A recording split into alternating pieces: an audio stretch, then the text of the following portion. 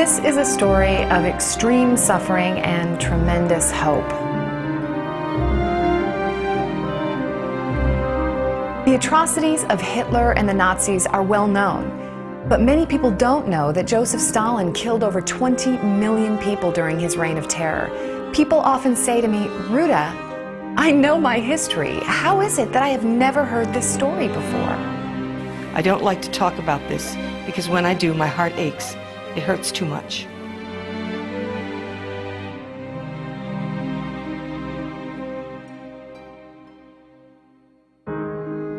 I've always been interested in my Lithuanian heritage, and growing up in the States with a name like Rutos Sepetys, which in Lithuanian is Rūtos Šepetys, has always raised questions. People hear my name and they say, "What are you?"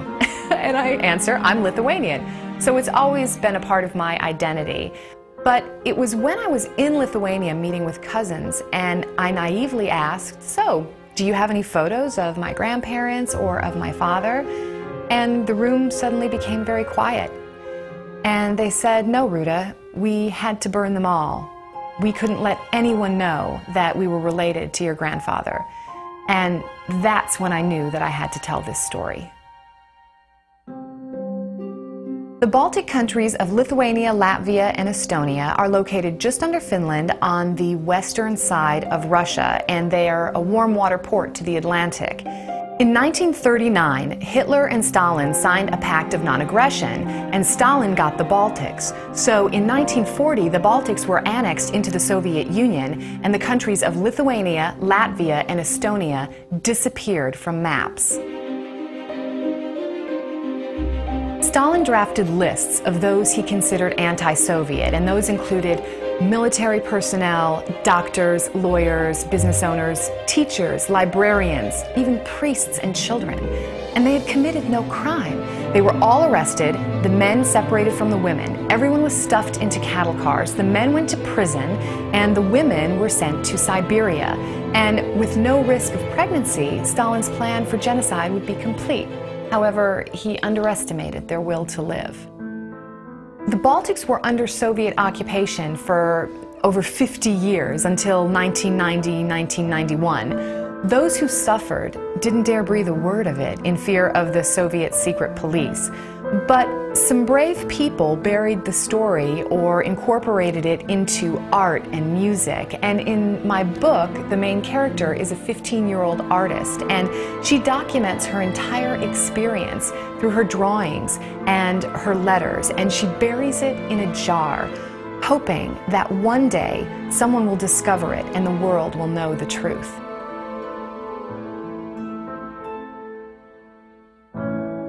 I did a lot of research in writing the book, and I took a couple trips to Lithuania. I met with survivors, historians, family members, members of parliament.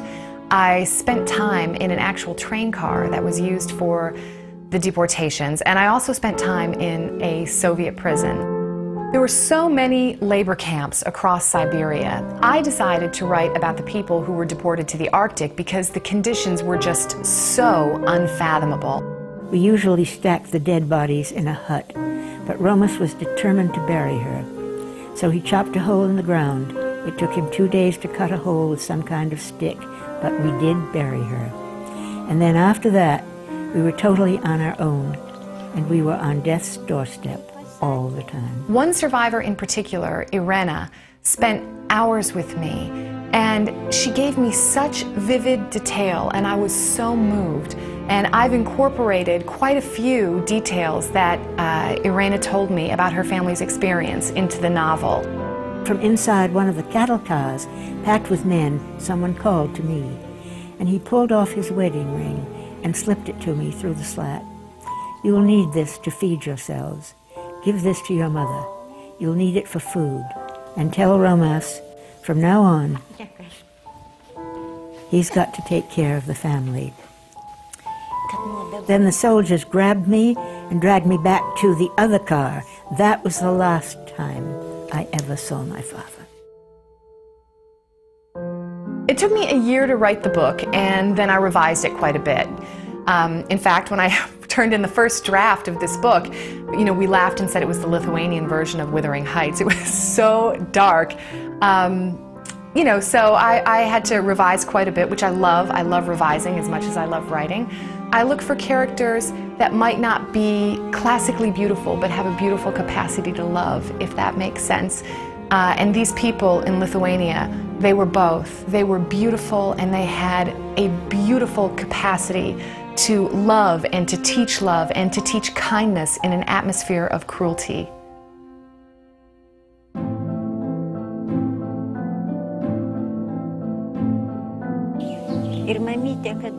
While we were in the Arctic, and people all around us were dying of starvation, I remember my mother once asked a god, "Why have you gone through all the trouble of bringing us out here to Siberia, only to starve and work us to death?" He answered, and I'll never forget it. He said, "We don't need your death. We need your pain and suffering." That's how cruel and evil it all was. In my interviews with survivors, from time to time, I would find someone who told me that someone from the NKVD had secretly helped them in some way or showed them some form of kindness. And that really interested me, and that person was a hero to me. And that's also how I came up with the title of the book, because between shades of gray, sometimes there's a small crack that can let the love shine in. I felt pains all the time. The pain is present all day, every day, thinking of my family starving somewhere, up in the far north near the Arctic Ocean. I met with a survivor who told me that his baby brother had died, and they made a coffin for him, and in the morning they found his body lying on the ground, and someone had stolen the baby's coffin for firewood. And I was shocked and immediately said, "Well, weren't you angry?" And he said, "Ruta, how could I be angry? That firewood might have saved someone's life that night." It's incredible that anybody survived these camps in the Arctic. I tell people, read the book and ask yourself, would I survive?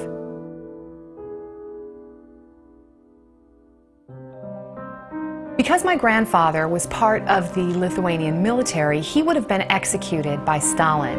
So he escaped with my grandmother and my father, and my grandfather never went back to Lithuania. We left because my father was a high-ranking officer, and when the Russians occupied it in 1940, they were arresting the officers and executing them outside of Kaunas.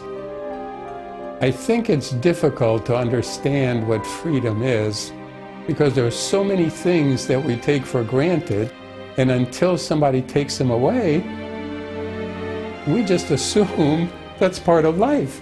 They wiped away our presence. They removed every trace of us, as though we never existed. I don't want to judge them. Let God be their judge.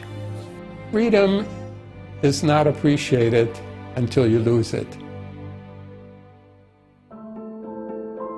I just hope more people can learn about these terrible times of terror, so that what they did wrong in the past, crimes committed by the communists on us, would never happen again.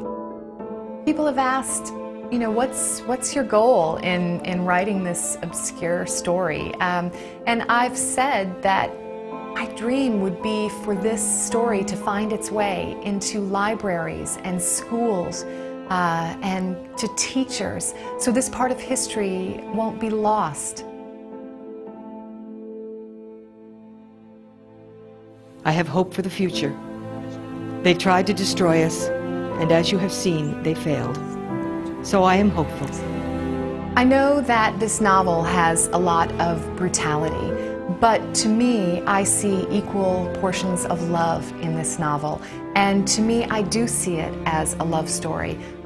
For whether love of God, love of country, love of another human being, love reveals to us the miraculous nature of the human spirit. And I know it sounds cheesy, but I truly believe that love can save your life. You know, to love something so deeply and so much that it becomes the very life within you that sustains you. That shows us that love is the most powerful army. And it's not about bombing, it's about believing.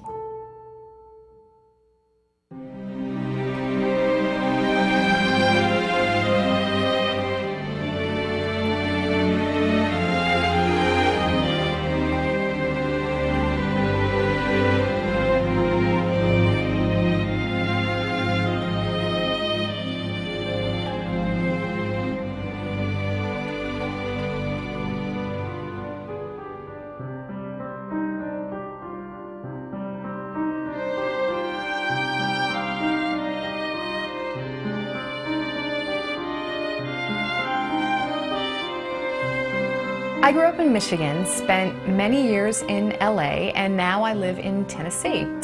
This is my first novel. I've actually worked in the music business for 20 years, trying to find the courage to send my writing to someone. And I wrote the book, but really, history wrote this story, and I am so grateful to Philomel and Penguin and Writers House and the many publishers worldwide who have taken a chance on me and are helping me bring this story out of the dark. I'm sorry, can we stop?